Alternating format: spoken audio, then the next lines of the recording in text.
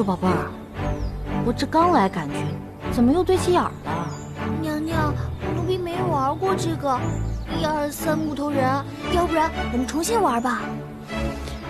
算了，不玩了，无聊。那要不我陪你下棋？你说你们这是古代啊，又不是原始社会，怎么能一点娱乐项目都没有呢？那我给您唱小曲儿。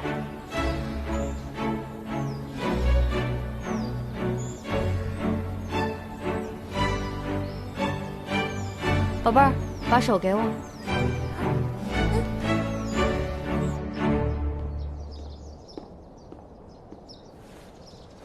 太子殿下，说，太子妃娘娘宫殿那边聚了许多人，娘娘正什么？奴才也不知道娘娘正在做什么，您要不要也去看看？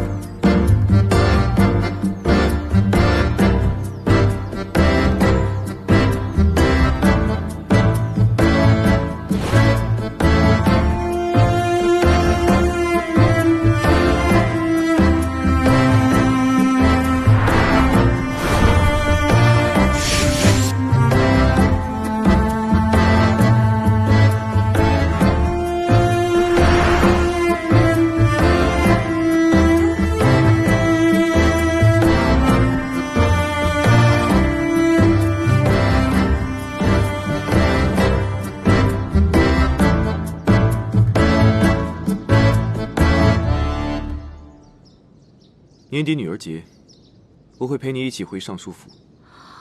那不是回我家？是。到时候你全家上下都会出来迎接我们。我能不回吗？为什么？因为我已经是齐家的人了，所以现在我一点都不想回娘家，我也没有回去的必要。你如此抵触归宁，可是因为害怕什么东西？怕？我怕什么？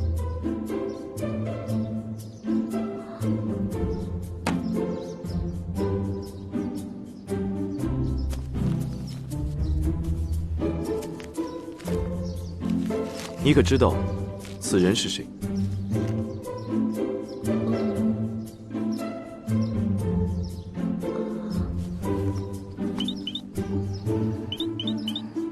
这是你母亲范氏。